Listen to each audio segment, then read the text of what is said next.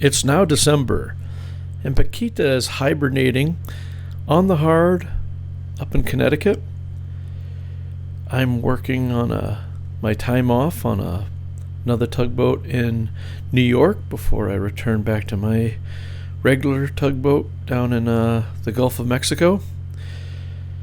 I'm feeling cold, but I'm also missing Paquita, and in doing so, I went back and looked at some of the content I had shot and started realizing there's something I haven't shared with you. Now, I should back up a little bit and say that in other videos I had talked to you about feeling overwhelmed with boat ownership and how owning a boat sometimes can kind of suck the life right out of you as far as all of your resources and time and money and energy.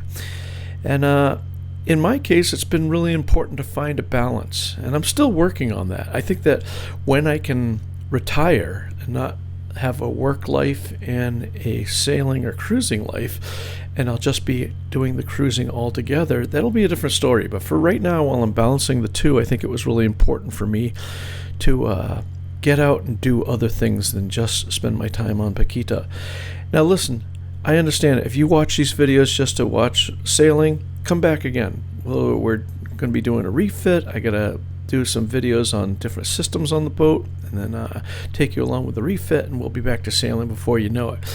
But if you're of the adventurous type, come along. I take you back to Madrid. I went to school in Madrid.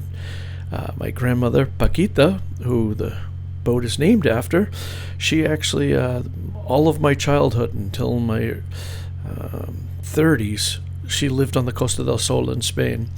And anyway, I take Cristalita there. I also took my son and his girlfriend, and it was kind of exciting because it was one of the last times that I think that I can probably take my son. He's at that age now where he's not quite 30 yet, but he and his girlfriend have been together forever, and I imagine they're probably going to get married and probably going to have a house and probably going to have kids, and the idea of running off to Europe for a week is probably not going to happen, meaning, once all that, we give up some of our freedoms when we start a family. So that was really fun. And anyway, if you'd like to see some of the things that we did in Spain, come along for the ride. I hope you like it. If you don't worry, we'll have the regular content for you coming sooner in the next couple videos anyway. All right, thank you.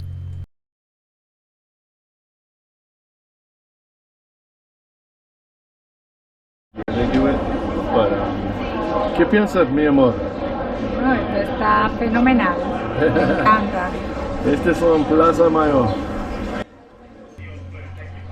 So after checking into our Airbnb right in the heart of Spain, right by the Plaza Mayor, we met up with my son and his girlfriend, who also had a different Airbnb right there down in Seoul. And we were due to meet up with our friends, my friends who were from Malaga. They were in town seeing off their sons as they were going off to a trip down to Australia, and we met up at one of my favorite bars/restaurant, El Cava de Rincón de Madrid, or Maison Rincón, that's what it is. Anyway, it's a old place and beautiful, and you can go down below and see where, I should back up and say that for those that don't know, Madrid used to have, being a city over 1,000 years old, they used to have walls around the city, and the problem is that you had limited access to water to do that. And inside this, you can go down and see the original well. This is the well right here that they were able to get water inside the wall and down underneath in the catacombs. And, very cool.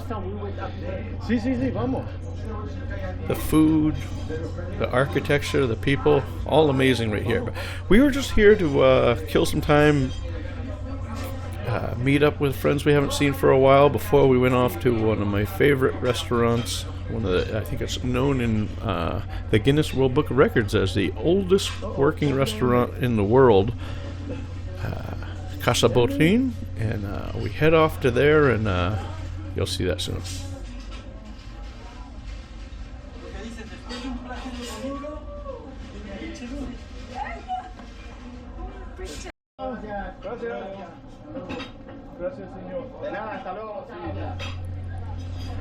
This was in mid-October, and the weather was just perfect. It wasn't too hot, it wasn't too cold.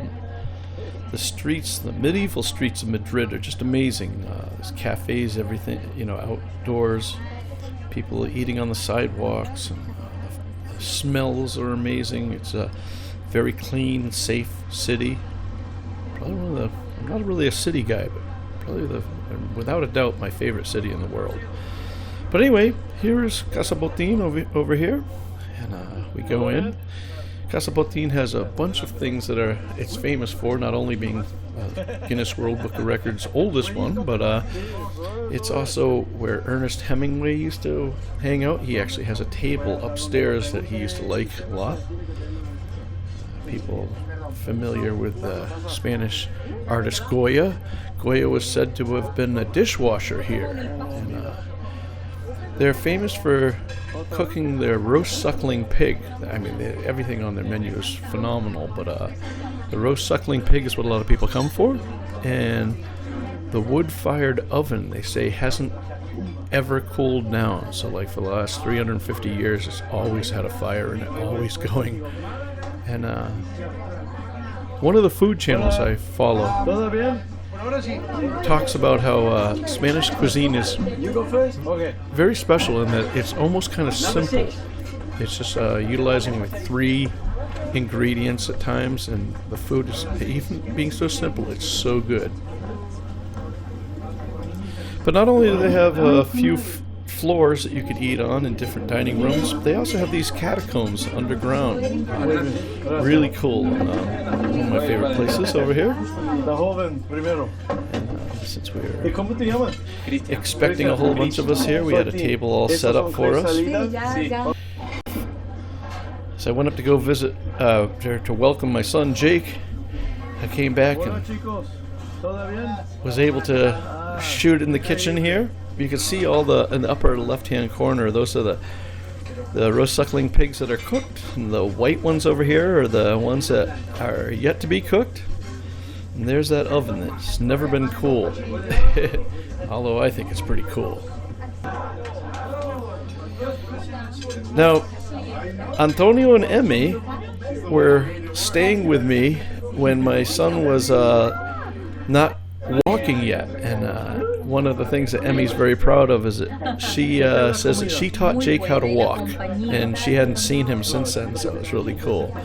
But as many historic places in Spain, right off of your table you can go down in even deeper into deeper catacombs where they had wine cellars, and it's amazing down here. It's so cool, and it's so neat that they just let you walk, do your own thing, and everyone tries to be respectful of everything that's been down there for hundreds of years. So cool. Later on that evening, we went and checked out a flamenco show. Hello everyone, welcome to the flamenco show. Before we start, I want to contextualize you a little bit about this beautiful art, okay? Antes de empezar, quiero contarles un poco de contexto sobre este ritual. So flamenco is an iconic genre from Spain that part of significance in a different country. The flamenco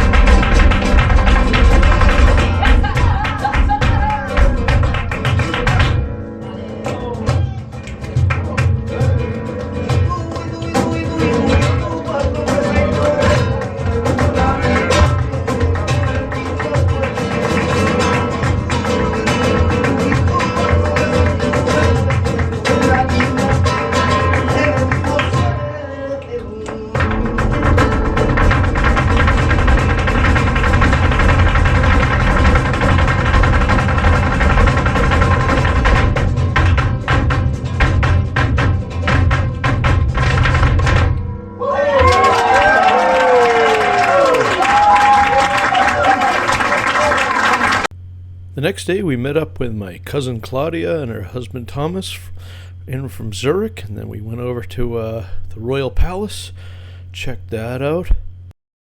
They didn't let us film inside the palace, so you had to deal with these pictures.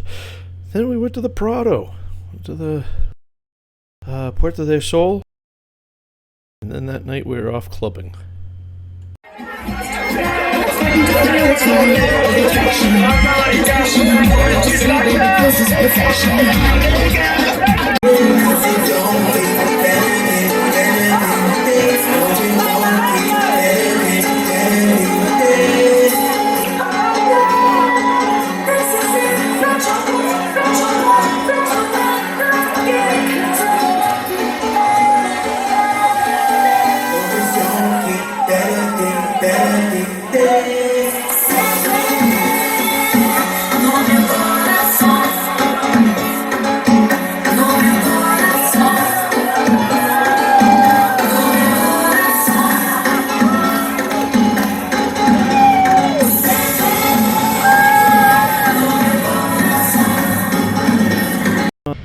Hey guys, it's Tim coming to you from real time here down in Tampa, Florida. And I just want to stop the video for a second to say, whoever the Secret Santa is out there that hooked us up, really appreciate it. I'm not going to tell you what they got because all of you guys will probably claim that it was you that sent it. But whoever you are that's out there, I thank you so much. And if any of you guys are overwhelmed by the generosity of the season and would like to help out and be forever remembered in time with Paquita, I'm going to put a link in below and you can go to Paquita's wish list. There's a bunch of stuff that we have to get for her refit and get her ready to go. And if you'd like to be a part of that, we'd love to have you over there. And in any case, we want to make sure that you have a wonderful, safe, and happy holiday. Back to the show. On Sunday, they had to leave, and my son and his girlfriend didn't really want to see bullfights, and that's totally cool. I understand that. But Kristalina and I went, and before you guys click off, I really want to kind of talk about bullfighting. And you know, I'm not saying that it's right or it's wrong or anything. What I'm saying is that it's important to remember that in my capacity, I'm a guest in another country, experiencing another culture. And who am I to judge what they do? There are other cultures that do weird things, or things that seem weird to us in our culture, and there are things that we do that people think are really weird in our culture. I think it's important that when you go to another country, you try not to be so judgmental. And if it's not something that you want to experience, don't experience. Nobody's telling you have to. But for me, I've been a big fan of Ernest Hemingway, and from the time I was younger, reading his, I don't think that anyone has ever described how magic a bullfight is. And, you know, from an American sense, it's just a cruel, barbaric thing. And, you know, I think that Hemingway did a good job really explaining how this is, you know, literally a thousands of year old tradition facing man against beast. And it's amazing. I'm not going to try to describe it because I'll leave that to Ernest Hemingway. Having said that, I can tell you that I'm somebody that doesn't hunt. I'm an animal lover, but I also eat meat, and I think that it's important that those of us that do eat meat should understand that it was once a living creature. And I think something that's lost on you know, American viewers is that the bulls in the bullfights are extremely respected. These are not, you know, I've heard rumors of some people say, oh, they drug the bulls, they do this, they do that. They may do that in some places, but this is the Plaza de Toros in Madrid. So if you're a bullfighter anywhere in the world, this is your Super Bowl. This is where you want to go. This is the most respected place, and the bulls are of the finest quality, and only the finest matadors get to go here. It's the pinnacle of their career. And just as we may have idolized people like Michael Jordan and stuff like that, the bullfighters in Spain are are looked at in the same light, if not even more so. And it's an amazing thing. But if you're still with me at this point and you haven't clicked off, anytime I say anything about bullfighting, I get 1,000 comments of people that just want to tell me how it's all wrong and all. And look, I'm not here to debate whether it's right or wrong. If you don't like it, don't go to a bullfight. I like Spanish culture, and I love history, and I also, there's a part of me that understands what I think some of the bullfighting culture is about, as far as the man versus beast, and we're not, it's an interesting balance. I can't articulate what I mean by that, but anyway, the Plaza de Toros, this is, like I say, the most famous, the greatest one. It's been here for, I think it was built in the 1825 or 1810 or something like that, and it holds like just over 25,000 people. When you buy your seats, you buy them in sun or shade, or in our case, we bought half sun, half shade, and they're priced accordingly. And it's a wonderful time. And something magical happened. See this guy right here and his friend right next to him? We were sitting there. These are two Spaniards that live in Madrid, and just like you and I might go to a football game, these friends go and they go to the bullfight and spend the afternoon together.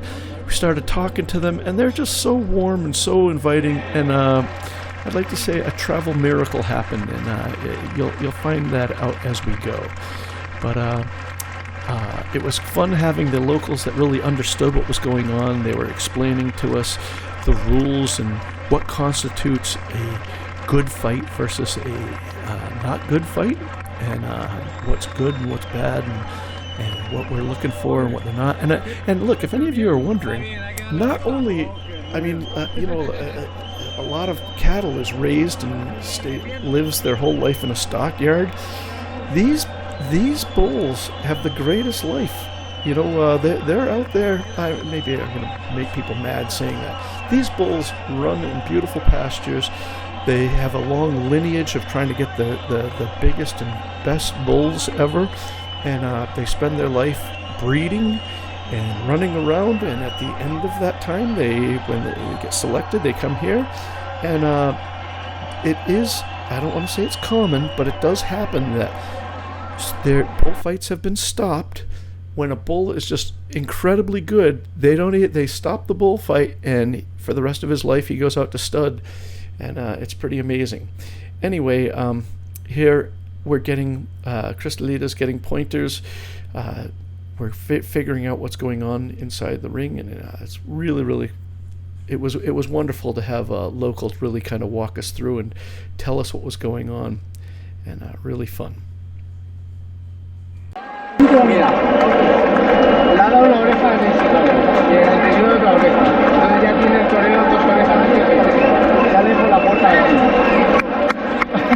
Sí, muy bien. Cuando termina la corrida sale el torero por la puerta grande y se lo lleva. Y está la gente esperando a echar la oreja. Y lo máximo que hay es 2 orejas en el mismo toro. ¿Ah, sí? Y rabo. Pero eso es cuando es muy complicado. Ya. Porque es la mejor plaza del mundo. Gracias a ti. Muy bien. Ok, ¿qué quieres hacer?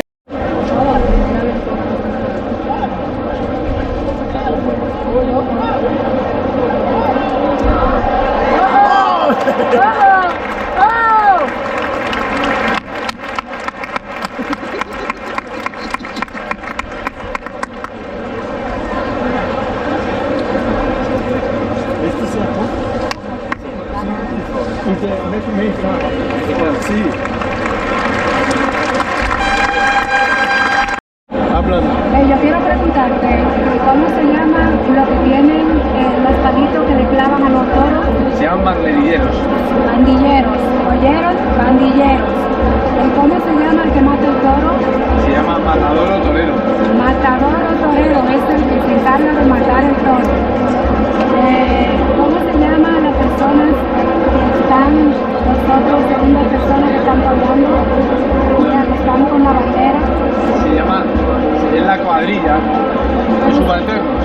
Son los subalternos, que son los que están siempre apoyando y ayudando a los toreros, al torero. Eso es. Saben mucho de todo. Otra pregunta es que quiero hacerte, ¿cómo se llama el que mata el toro? Se llama torero matador. Torero matador. Y el del caballo se llama picador. Oh, esa era la pregunta. ¿Cómo se llaman los que están en los caballos? Se llama, ya me había dicho, picador. Picador. Son picadores. El que pica al caballo. Que pica el caballo. Muy bien. Muy bien. Muchas gracias, Jorge. Un placer. El placer es mío. Y estos son Jorge, el chico de toros.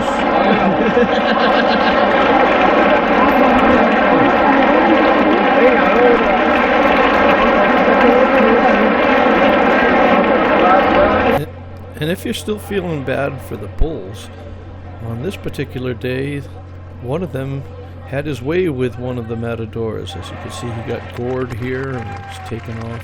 Hopefully he's doing all right.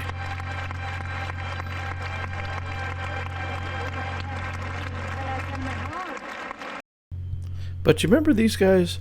This is the part of where I really talk about the magic of travel. After talking with these guys and having such a great time experiencing their culture, they invited us back, and we went back to their barrio and met up with their significant others and had dinner and shared an amazing meal and a wonderful time. And that's really the magic of travel, when you experience something different that you can't do at home, and where you meet other cultures and able to eat and drink with them, and it was really wonderful. I hope you guys like this. Like I say, it's not exactly your typical video that I have on here, but I think it's a part of a cruising lifestyle as far as seeing other things and hopefully things to come. If you like this sort of thing, let me know in the comments whether you want to see more. We also went to wineries, vineyard tours. We went to Segovia, saw the Roman aqueduct. We went to Valle de los Caídos. We did all kinds of things. If these sorts of videos have any interest, or you really don't like them, let me know in the comments. And until then, you guys stay safe. And as always, I'll see you on the one. Thank you so much for watching.